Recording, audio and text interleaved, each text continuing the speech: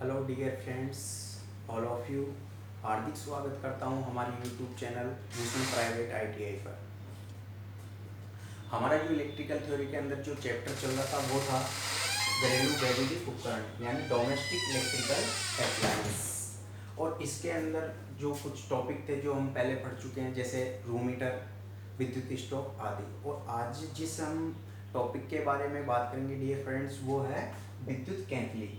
तो विद्युत केतली क्या होती है? विद्युत केतली होती है अल्प मात्रा में पानी या दूध को गर्म करने या चाय या कॉफ़ी बनाने के लिए जो वैद्युतिक उपकरण प्रयोग किया जाता है वो होती है विद्युत केतली। आज हम इस टॉपिक के बारे में जानकारी प्राप्त करेंगे, जैसे इसका कार्य सिद्धांत क्या होता है, इसकी संरचना किस प्रकार की होती है, और इसमें कौन कौन से भाग होते हैं और भागों का क्या क्या कार्य होता है, और अनुरक्षण व मरम्मत के बारे में हम जानकारी प्राप्त करेंगे। तो बात करते हैं इसके कार्य सिद्धांत की। तो इसका जो कार्य सिद्धांत होता है वो होता है ऊष्मीय सिद्धांत पर ये कार्य करती है। और ऊष्मीय सिद्धांत होता है यदि किसी प्रतिरोधी तार में से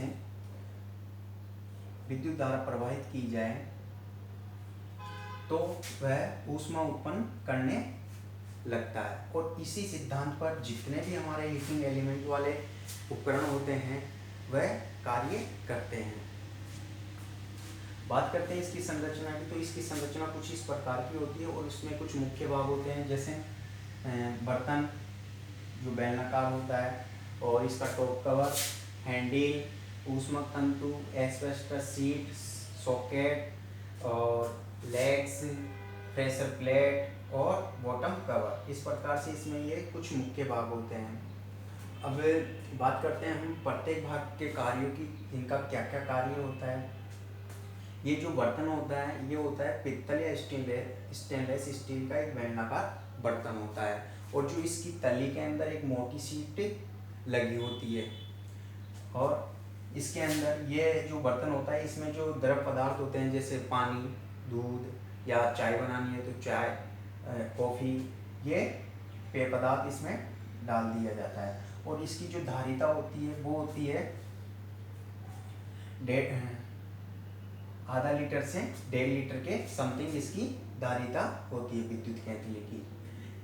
और इसमें एक टॉप कवर होता है जो इसके ढकने का कार्य करता है। एक हैंडल होता है जिसको हम पकड़ के आसानी से चाय कोपों में डाल सकते हैं, इसलिए ये हैंडल लगा होता है। और ये जो हैंडल होता है ये अचालक पदार्थ का बना होता है, जैसे लकड़ी या फिर प्लास्टिक आदि का। ये बेलनाकार पात्र के बाद में एक इस जो तली होती है मोटी वाली, इसमें एक बिना हेड वाला बोल्ट लगा दिया जाता है, जिसपे हम ऊष्मक तंतु, एस्बेस्टस शीट, ये प्रेशर प्लेट ये कस देते हैं। तो इस तरीके जस्ट नीचे एक ऊष्मक तंतु होता है जिसे हम हीटिंग एलिमेंट भी कहते हैं। और ये जो हीटिंग एलिमेंट की जो संरचना होती है ये इस प्रकार की होती है। एक बेलनाकार वर्ताकार अवरक की शीट होती है जिसपे हम पतले नाइक्रोम के चपटे तार को लपेट कर ये हीटिंग एलिमेंट तैयार किया जाता है। और इस के ऊपर ये लपेटने के बाद दो अवरक पतली पतली सीटें इसके दोनों साइडों में लगा देते हैं। और लगा देने के बाद में उसको रिवेट कर देते हैं। रिवेट करने पे ये पूरा ऊष्मक तंतु हमारा तैयार हो जाता है। और जो ये सिरे होते हैं इन सिरों के साथ हम कॉपर की चपटी पत्तियां संयोजित कर देते हैं, और उन पत्तियों को हम सॉकेट में संयोजित कर देते हैं, जिससे ऊष्मक को हम सप्लाई पहुंचा सकें, ऊष्मक तंतु को हम सप्लाई पहुंचा सकें। इस प्रकार से इस ऊष्मक तंतु की संरचना होती है। इसके तुरंत बाद एक एस्बेस्टस शीट लगी होती है, और ये एस्बेस्टस शीट जो होती है ये ऊष्मा की कुचालक होती है, यानी जो उस हीटिंग एलिमेंट में जो हीट पैदा होती है उसको नीचे की ओर आने नहीं देती, यानी रोकने का कार्य करती है। और जो हीट पैदा होती है उसको ऊपर की ओर भेजने का कार्य करती है, जिससे हमारे इस बेलनाकार बर्तन में रखा द्रव गर्म हो सके। इस एस्बेस्टस शीट के जस्ट नीचे प्रेशर प्लेट लगी होती है। इस प्रेशर प्लेट का कार्य होता है कि जो ऊष्मक तंतु, एस्बेस्टस शीट और तली, इनको दबाकर फ्रेश करके, मतलब प्रेशर से दबाकर रख सके, इसलिए ये प्रेशर प्लेट लगी होती है। और प्रेशर प्लेट के नीचे ये बोल्ट लगा होता है जिससे हम इसको कस देते हैं। इसको इस प्रकार से कसना चाहिए कि इसमें एयर गैप ना रहे। अगर एयर गैप रह जाता है तो ये ऊष्मक तंतु हमारा जल्दी खराब हो सकता है, इसलिए इसमें एयर गैप नहीं होना चाहिए। इसको अच्छी तरह कस देना चाहिए। इसके बाद में आता है ये बॉटम कवर, जिसको हम लगा देते हैं और एक बोल्ट नीचे कस देते हैं, जिससे ये जितने भी हमारे भाग होते हैं विद्युत केंद्र के वो सब कवर हो जाते हैं। इस कवर पर लेग्स लगी होती है जिसको हम आसानी से फर्श पे या टेबल पे रख सकते हैं। इस प्रकार से इनके सभी भागों का हमने कार्य के बारे में जानकारी प्राप्त की, इसकी संरचना के बारे में, इसका कार्य सिद्धांत और ये क्या कार्य करती है इसके बारे में जानकारी प्राप्त की हमने। तो अब बात करते हैं इसके अनुरक्षण और मरम्मत की।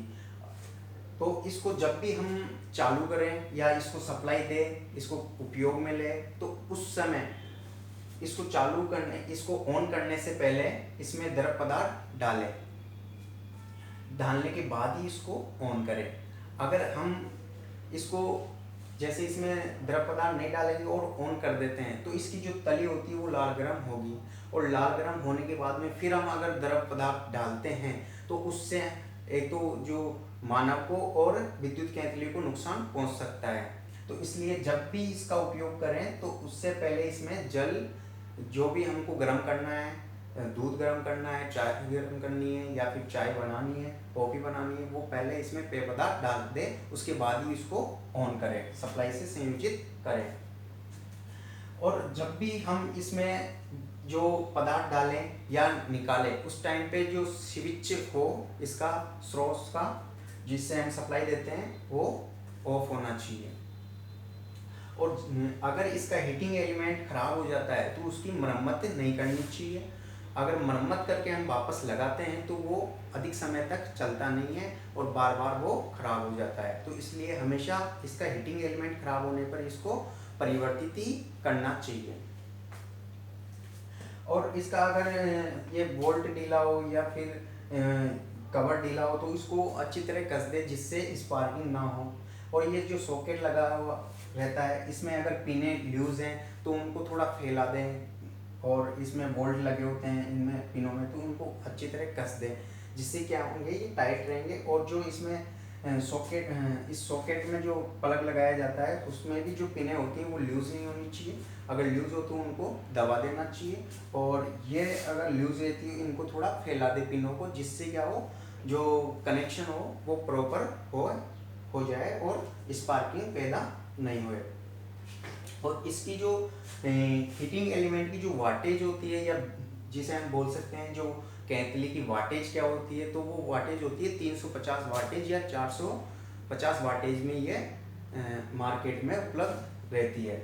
इस प्रकार से हमने आज विद्युत केंद्र के बारे में जानकारी प्राप्त की, इसके कार्य सिद्धांत के बारे में, और ये क्या कार्य करती है, इसमें कौन कौन से भाग होते हैं, किस भाग का क्या कार्य होता है, और इस बारे में हमने जानकारी प्राप्त की।